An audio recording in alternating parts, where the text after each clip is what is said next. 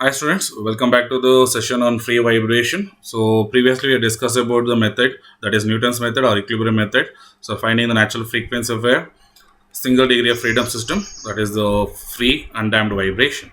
So in this video we're going to continue the methods. So we're going to take the topic was the energy method. So energy method, the name only indicates energy, so it deals with the energy of the systems. So we know that during the vibration, the kinetic energy will be converted to potential energy and the potential energy will be converted to kinetic energy. So we know that law of conversion of system, that is the energy neither be created nor be destroyed, only it can be changing from one state to the other state, that is one form into the another form. So when a conversion system is set in motion, the mechanical energy of the system is partially kinetic and partially potential. So system is conservative. So the total mechanical energy, which is the sum of the kinetic energy and the potential energy of both, is a constant. So also the rate of change of total mechanical energy should be a zero according to the law of conservation of energy. So we know that. So K plus V. So let us take the K as the kinetic energy and U as the potential energy. So that will be as a constant in a particular system. So differentiating that equation. So when you're going to differentiate with respect to X. So d by dx of K plus U will be equals to 0. So or you can say that was d by dt of K plus U is equals to 0. So where K is the kinetic energy of the conservative system, which is due to the velocity of the mass, and V will be the potential energy, which is the stored in a spring because of its elastic deformation.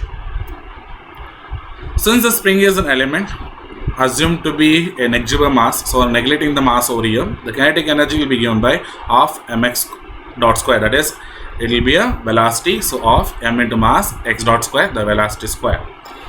The change in the potential energy due to the displacement is equal to the strain energy on the spring, that is a constant K, minus the potential energy change of a mass due to the change in its elevation. So when a mass is moving up and down, so the mass position will be changing, so that potential energy also you have to consider. So the potential energy of the system is shown in the figure 2. So the mass, spring force and the deflections are going to take, that is in the spring, potential energy in the spring will be taken over there. The potential energy is given by W is equals to, it is varies from 0 to x, that is the moment will be from equal position to x. So total spring force, that is mg plus kx multiplied by dx and minus mgx. So m is the mass and g is the gravitational pull and x is the displacement I am going to consider. So when you want to integrate, again mgx can be varied based on the displacement from 0 to x. So when you're going to substitute the values and I'm going to differentiate that, so I'm going to get u equals to half kx square. So substituting this two, that is equation 2 and 3 in the equation 1, that is nothing but, so this is the equation 1 and equation 2 is the kinetic energy and equation 3 is your potential energy. So I want to substitute that. So if you are getting any doubt over here, so you have to differentiate that. So integration of mg into dx, so that will be, it cancels with that, so you're going to get only integration of 0 to x of kx into dx. So k is a constant, it will be as it is. So x integration is x square, limits from 0 to x. So I'm going to substitute again x, so you're going to get as half kx square over here. So substituting this in the equation 1, so I'm going to get d by dt of kinetic energy is of mx dot square plus 1 by 2 into kx square, that is your potential energy, that will be equals to 0 as per the definition. So when you're going to differentiate, so m is a constant, I'm going to take that outside. So x dot square, it will becomes d square x by dt square and 1 or 2 will be get cancels. So plus kx, so again 2 will be get cancels. So whole thing multiply by again dx by dt, that will be equals to 0. So dx by dt equals to 0 or m d square x by dt square plus kx equals to 0. Again d square x by dt square can be written as x double dot, that is the acceleration. So I want to get equation mx double dot plus kx equals to 0, which is very similar to the equation what we got in the Newton's method. So that can be rewrite as x double dot plus k by m into x equals to 0, or k by m can be replaced with the omega n square.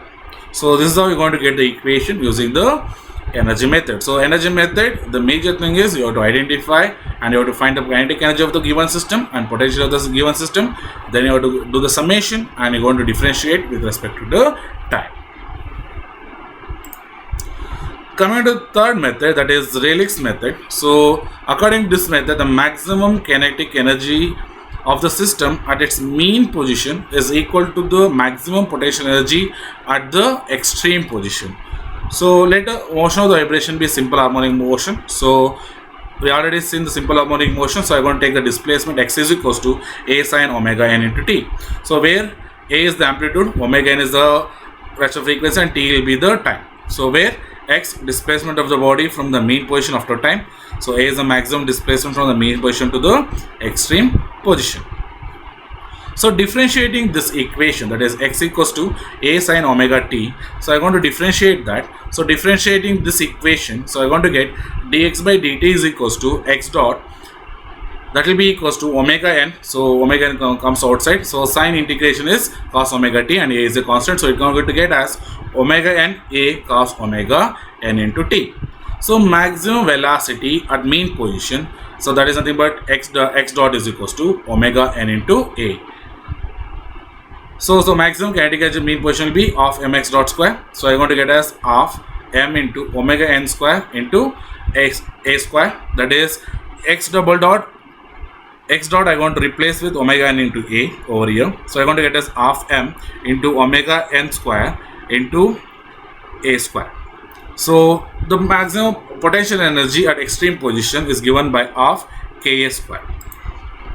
So equating 2 and 3. So as per the statement, the maximum kinetic energy at the mean position should be equal to the maximum potential energy at the extreme position. So half m omega n square into a square should be equals to half k into a square. So half of get cancels. So half of get cancels over here. So I'm going to get as m omega n square. So a square again get cancels. It will be equals to k, or omega n is equals to root of k by m. So here in this case we are not getting the displacement value, since we are directly dealing with the kinetic energy and potential energy at the extreme and mean positions, where I want to substitute the values of the displacement.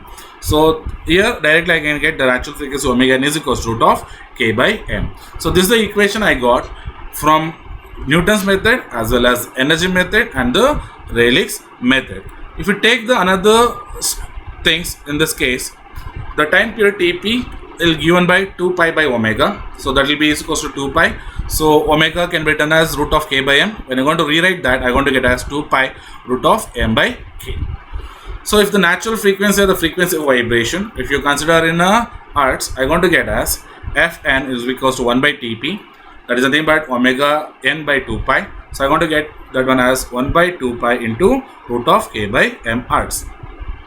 If it is in terms of k and the delta and the g value, that is the gravitational pull, so I'm going to get that value as Fn is equals to 1 by 2 pi root of g by delta. So where I'm going to substitute mass as k into delta and this one as g into k. So I want to get that as Fn is equals to 1 by 2 pi root of g by delta. So this is the three methods used to find the natural frequency of a single degree freedom free undamped vibrations.